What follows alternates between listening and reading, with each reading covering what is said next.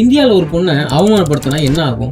ஒன்று அவள் அழுவா, இன்னொன்று அவள் அமைதியாயிடுவா. ஆனால் அவள் கையில் ஒரு துப்பாக்கி இருந்தா 1963 உத்தரப்பிரதேசத்துல சம்பல்வால்ன்ற ஒரு ஊர்ல ஒரு பொண்ணு பிறக்கிறா. அவ பேரு பூலன் தேவி. அவங்க குடும்பம் மல்லான்ற சாதியை சேர்ந்தவங்க.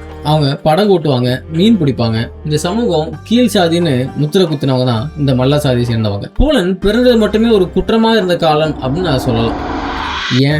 ஏன்னா பூலன் ஒரு பெண், அவங்க மல்லா சாதியை சேர்ந்தவங்க, அதுவும் இல்லாம அவங்க ஒரு ஏழை. இந்த மூணு சேர்ந்தா நீ யாருன்னு யோசிக்க கூட இந்த உலகம் ஒன்றும் விடாது. அந்த பொண்ணு வளர்ந்தாலும் சொல்லலாம், ஆனா வாழ்ந்தாலும் சொல்ல முடியாது. ஏன்னா அந்த பொண்ணுக்கு 11 வயசுலேயே கல்யாணம் ஆயிடுச்சு. 11 வயசுல நம்மளாம் என்ன பண்ணோம்? ஸ்கூலுக்கு போயிட்டு கிரவுண்ட்ல விளையாடிட்டு அம்மா கையால சாப்பாடு வாங்கிட்டு கார்ட்டூன் பார்த்துட்டு இப்படிதான் இருந்திருப்போம். ஆனா இவங்களுக்கு 11 வயசுல 30 வயசு ஆளோட கல்யாணம் நடக்குது. அவர் பேரு புட்டிலால். அவர் இவங்களை எந்த டைம்லயுமே ஒரு மனைவியா பார்த்ததே இல்லை, ஒரு ப்ராப்பர்ட்டி மாதிரி தான் பார்த்துருக்காரு. அவங்கள போட்டு அடிக்கிறது, துன்புறுத்துறது இப்படிதான் போயிட்டு இருந்திருக்கு. ஒரு நாள் அவங்க இதெல்லாம் தாங்க முடியாம அவங்க ஊருக்கு திரும்ப போனாங்க. நீங்களாம் இப்ப நினைக்கலாம், அவங்க ஊருக்கு வந்துட்டாங்க, சரி இனிமேட்டு அவங்களுக்கு பிரச்சனை இல்லை, அவங்க ஃபேமிலியில இருக்க மக்களும் அவங்க ஊர் மக்களும் அவங்களை பார்த்துப்பாங்க அப்படின்ற மாதிரி.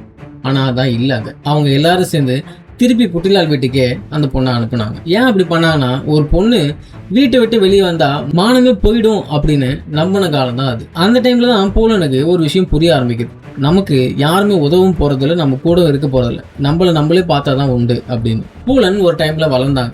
அதுக்கப்புறம் புட்டிலாலை விட்டு வெளியே வந்தாங்க. தன் வாழ்க்கையை தான் பார்க்கணும்னு சொல்லி சொந்தமா வாழ ஆரம்பிச்சாங்க. ஆனா சமூகம் அவங்கள விடல. மாயாடின் பூலனோட சொந்தக்காரன். அவன் இவங்க குடும்பத்தோட சண்டை போட்டு இவங்களோட நிலத்தை எடுத்துக்கிட்டான். அதுக்கப்புறம் பூலன் போய் போலீஸ் ஸ்டேஷன்ல கம்ப்ளைண்ட் பண்ணிருக்காங்க அவன் மேல. ஆனா அங்க நடந்தது என்ன தெரியுமா? பூலனை கைது பண்ணாங்க. அவங்க கம்ப்ளைண்ட் பண்ண போய் அவங்களே தூக்கி உள்ள வச்சுட்டாங்க. அங்கேயே இவங்களை அபியூஸ் பண்றாங்க. அதுக்கப்புறம் கொஞ்ச நாள் கழிச்சு அவங்க விடுதலையும் ஆகுறாங்க. அவங்க வெளியே வந்ததுக்கப்புறம் அந்த ஊர்ல அவங்கள யாருமே ஏத்துக்கல. அந்த சமூகத்துல ஒரு பொண்ணு போலீஸ் ஸ்டேஷன் போயிட்டு வந்தா அப்படின்னு சொன்னாலே அவ்வளவுதான், அதோட வாழ்க்கையும் முடிஞ்சிருச்சு அப்படின்ற மாதிரி தான். 1979 ஒரு நைட்டு பாபு குஜார் அப்படின்ற ஒரு கொள்ளைக்கூட்ட தலைவன் பூலனை அந்த ஊர்ல இருந்து கடத்திட்டு போனான். சாம்பல் ராபின்ஸ் இங்கதான் அந்த கொள்ளையர்கள் வாழ்ற இடம் அப்படின்னு சொல்லலாம். இவங்க கவர்மெண்ட்டுக்கு பயப்படுறதும் இல்லை, எந்த ஒரு லாக்கும் கட்டுப்படுறதும் இல்லை. இந்த பாபு குஜார் அப்படின்றவன் பூலனை ஒரு ப்ராப்பர்ட்டியை தான் யூஸ் பண்ணிட்டு இருந்திருக்கான். ஆனா பூலன் தேவிக்கு இந்த இடத்துல தான் பெரிய டேர்னிங் பாயிண்டே வந்துச்சு. பாபு குஜார் கேங்ல விக்ரம் மல்லா அப்படின்ற ஒருத்தன் இருந்தான். அவனும் மல்லான்ற ஜாதியை சேர்ந்தவன். இந்த விக்ரம் பூலனுக்கு நிறைய சப்போர்ட் பண்ண ஆரம்பிச்சான். ஒரு நாள் பாபு குஜார் பூலனை தொந்தரவு பண்ற டைம்ல விக்ரம் நடுவில் வந்தான். விக்ரம் அதை தடுத்து கேள்வி கேட்டான். விக்ரம் பூலனுக்காக சப்போர்ட் பண்ணி பாபு குஜார் கூட சண்டை போட்டான். அந்த இடத்துல விக்ரம் ஜெயிக்கிறான். அந்த சண்டைக்கு அப்புறம் பூலன் தேவிக்கு அந்த இடத்துல விடுதலையும் கிடைக்குது. விக்ரம் அவங்க கிட்ட ஒரு துப்பாக்கியை கொடுக்குறான். இதுதான் இவங்களோட ஒரு டேர்னிங் பாயிண்டா இருந்துச்சு. பூலன் தேவி பிறந்ததுல இருந்து இப்போ வரைக்கும் அவங்களுக்கு யாருமே எழுதவும் சொல்லிக் கொடுக்கல, படிக்கவும் சொல்லிக் கொடுக்கல. இது வரைக்கும் எந்த வாய்ப்புமே யாருமே கொடுத்ததில்ல. ஆனா முதல் தடவையா விக்ரம் அவங்க கையில ஒரு கன்னை கொடுத்தாங்க. அந்த காட்டுக்குள்ள பூலன் வேட்டையாட கத்துக்கிட்டாங்க, குதிரை ஓட்ட கத்துக்கிட்டாங்க, கமெண்ட் பண்ண கத்துக்கிட்டாங்க. அதுக்கப்புறம் விக்ரமும் பூலனும் லவ் பண்ண ஆரம்பிச்சாங்க. இனிமே இந்த காட்டுல பயப்பட தேவையில்லை அப்படின்ற ஒரு தைரியம் பூலனுக்கு வந்துச்சு. கூடவே ஒரு ட்விஸ்டும் வந்துச்சு. என்னன்னா அந்த காட்டுல எதுவுமே நிலை இல்லை அப்படின்னு சொல்லலாம். ஸ்ரீராம் சிங் அப்பர் கேஸ்ட்ல இருக்கிறான், பாபு குஜாரோட சொந்தக்காரன். அதுவும் இல்லாம இவன் ஒரு புரூட்டலான ஆளு அப்படின்னு சொல்லலாம். ஸ்ரீராம் சிங்கால விக்ரம் மல்லாவை அந்த இடத்துல வச்சு பார்க்கவே முடியல. ஏன்னா விக்ரம் மல்லா கீழ் ஜாதியை சேர்ந்தவன். அவன் எப்படி ஒரு கேங்கை லீட் பண்ணலாம் அப்படின்ற ஒரு கோபமும் ஒரு அவமானமும் ஸ்ரீராம் சிங்குள்ள இருந்துச்சு. ஒரு நாள் ஸ்ரீராம் சிங் விக்ரம கொல்றான், அதுவும் பூலன் கண் முன்னாடியே. அதுக்கப்புறம் ஸ்ரீராம் அவங்கள பேமாய் அப்படின்ற ஒரு கிராமத்துக்கு தூக்கிட்டு போறான். அங்க இவனோட கேஸ்ட்ல இருக்கிற ஆட்கள்லாம் நிறைய பேர் இருந்திருக்காங்க. அந்த இடத்துல சொல்ல முடியாத அளவுக்கு நிறைய கொடூரமான விஷயம் இவங்களுக்கு நடந்திருக்கு. கிட்டத்தட்ட 1 மாசத்துக்கு மேல அந்த கிராமத்துல அவங்கள அடைச்சு வச்சிருக்காங்க. ஒரு நாள் அவங்க அங்க இருந்து தப்பிக்கிறாங்க. அவங்க கையில எந்த ஒரு ஆயுதமும் இல்லை, அவங்க கூடயும் யாரும் இல்லை. ஆனா நான் திரும்ப வருவேன் அப்படின்ற ஒரு வெறி மட்டும் அவங்க மனசுக்குள்ள இருந்துகிட்டே இருந்திருக்கு. அதுக்கப்புறம் பூலன் ஒரு கேங்கை ஃபார்ம் பண்றாங்க. தலையில சிவப்பு துணியும் கையில ஒரு ரைஃபிளோட எந்த பயமும் இல்லாம அவங்க திரும்ப வராங்க. சாம்பல் ராவின்ஸ்ல போலீஸ் அவங்கள பயங்கரமா தேடுறாங்க. இந்திரா காந்தியோட கவர்மெண்ட் ஹெலிகாப்டரோட உள்ளே இறங்குறாங்க.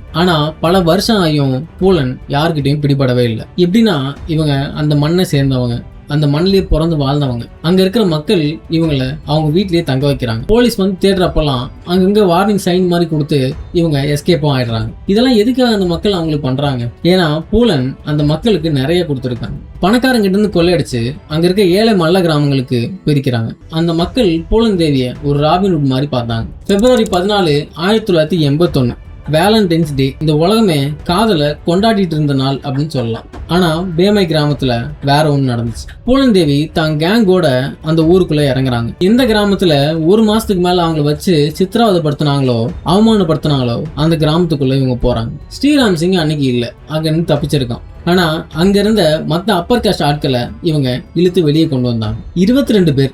22 பேரையும் லைனா நிக்க வச்சு சுட்டாங்க. 22 பேரும் இறந்து போனாங்க. இந்தியாவே உறைஞ்ச நாள் அப்படின்னு சொல்லலாம். ஒரு பொண்ணு 22 பேரை கொன்னா அப்படின்ற நியூஸ் வெளியே வர ஆரம்பிச்சு. இவ ஒரு டெரரிஸ்ட், இவளை பிடிச்சி தூக்கில போடுங்க அப்படின்னு சொல்லி அப்பர் காஸ்ட் இந்தியா சொல்லுது. ஆனா லோவர் காஸ்ட் இந்தியா இவளுக்காக கண்ணீர் விட்டுச்சு. யாரோ ஒருத்தவங்க நமக்காக திருப்பி அடிச்சிருக்காங்க அப்படின்ற ஒரு நிம்மதி இவங்களுக்கு இருந்திருக்கு. பூலனுக்கு ஆதரவா நிறைய போஸ்டர்ஸ்லாம் அடிக்க ஆரம்பிச்சாங்க. நிறைய பாடல்கள்லாம் வந்துச்சு. அது மட்டும் இல்லாம நிறைய பேர் கோயில் மாதிரி கட்டி அவங்கள கும்பிடவும் செஞ்சாங்க. கொலை பண்ணவங்களை யாரும் கோயில வச்சு வழிபட மாட்டாங்க. ஆனா பூலந்தேவி அந்த இடத்துல இருந்தாங்க. ஏன்னா அந்த மக்கள் அவங்கள கொலைகாரியா பார்க்கல, தங்களோட கோபத்தை வெளிப்படுத்துற ஒரு குரலா தான் அவங்கள பார்த்திருக்காங்க. பிப்ரவரி 12, 1983 மத்திய பிரதேஷ் 10,000 பேர் அந்த இடத்துல கூடினாங்க. அந்த இடத்துல எந்த ஒரு கான்சர்ட்டும் நடக்கல, எந்த ஒரு பொலிட்டிக்கல் ரேலியும் நடக்கல. ஆனா பூலன் சரண்டர் ஆகிறத பார்க்க இவ்வளவு பேர் வந்திருக்காங்க. அங்க இருக்கிற கேமரா எல்லாமே அவங்க மேலதான் இருந்துச்சு. அந்த இடத்துல துர்கா மாதா படத்தை பார்த்து ஃபர்ஸ்ட் தலை வணங்குறாங்க. அதுக்கப்புறம் தன்னோட ரைஃபிளை மத்திய பிரதேஷோட சீஃப் மினிஸ்டர் கிட்ட கொடுத்தாங்க. நான் போலீஸ் கிட்ட சரண்டர் ஆக மாட்டேன், கவர்மெண்ட் கிட்ட தான் சரண்டர் ஆகும் அப்படின்னு ஒரு கண்டிஷனும் போட்டாங்க. அவங்க சரண்டரே ஆனாலும் அவங்களோட டேர்ம்ஸ் அவங்களோடது அப்படின்ற மாதிரி இருந்துச்சு. அந்த இடத்துல இந்த 10,000 பேரும் பூலந்தேவியை பார்த்து கண்ணீர் விட்டாங்க, கை தட்டினாங்க. அன்னைக்கு இந்தியாவே ஒரு பொண்ணை ஒரு விதத்துல தெய்வமா பார்த்துச்சு. ஆனா அதுக்கப்புறம் என்னாச்சு? 11 ஆண்டு ஜெயில். ஒரு பொண்ணுக்கு இந்த நாட்டுல என்ன நடக்கும்னு அவங்களுக்கு நல்லாவே தெரிஞ்சுது. அவங்க ஜெயிலுக்குள்ள 11 வருஷமா வெயிட் பண்ணிட்டே இருந்தாங்க. 1994 அவங்க ரிலீஸ் ஆகுறாங்க. அவங்க வெளியே வந்தப்போ உலகமே நிறைய மாறி இருந்துச்சு அப்படின்னு சொல்லலாம். ஆனா இவங்க மாறல. இவங்க ஒரு விஷயம் டிசைட் பண்ணாங்க. சிஸ்டமை கன்னை வச்சு எதுவும் பண்ண முடியாது, சிஸ்டமால தான் ஜெயிக்க முடியும் அப்படின்னு ஒரு முடிவு எடுத்தாங்க. 1996 எலெக்ஷன் மிர்சாபூர்ன்ற ஒரு இடத்துல பூலந்தேவி நின்னாங்க.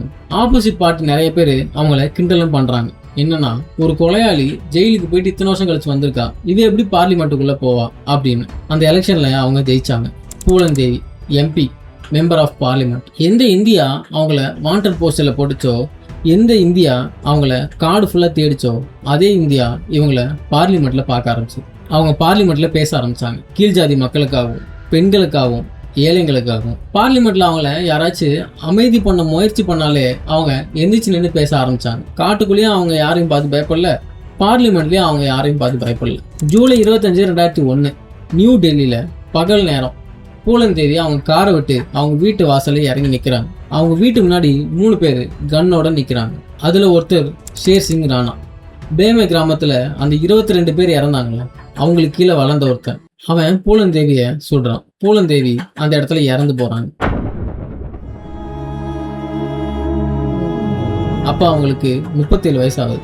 இந்தியா மீடியா அன்னைக்கு பல நியூஸ்ல அவங்கள ஃப்ரண்ட் பேஜ்ல வச்சிருந்தாங்க. அதுக்கப்புறம் அவங்க அப்படியே மறைஞ்சு போனாங்க. ஆனா சேம்பர்ல இப்பவும் ஒரு சில வீட்டுல அவங்களோட போட்டோ இருக்குதான் செய்யுது, கோயில் மாதிரி. நீங்க சொல்லுங்க, பூலந்தேவி ஒரு கிரிமினலா?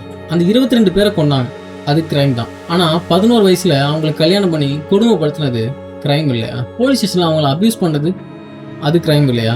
ஒரு சிஸ்டம் அவங்கள தோக்கடிச்சது, அதே சிஸ்டமை அவங்க திருப்பி தோக்கடிச்சாங்க. இது சரியா தப்பான்னு நீங்களே முடிவு பண்ணுங்க. பூலந்தேவியோட கதை இதோட முடியுது அப்படின்னு நினைக்காதீங்க. இன்னைக்கு இந்தியாவில் ஆயிரக்கணக்கான பூலந்தேவி இருக்குதான் செய்கிறாங்க. என்ன வித்தியாசம்னா, அவங்க கிட்ட கன் இருந்துச்சு, இவங்க கிட்ட வெறும் குரல் மட்டும் தான் இருந்துச்சு. அந்த குரலையாச்சும் நீங்கள் கேளுங்க. இந்த வீடியோ உங்களுக்கு பிடிச்சிருந்துச்சுன்னா ஷேர் பண்ணுங்க. ஏன்னா இந்த கதை நிறைய பேருக்கு தெரியணும்.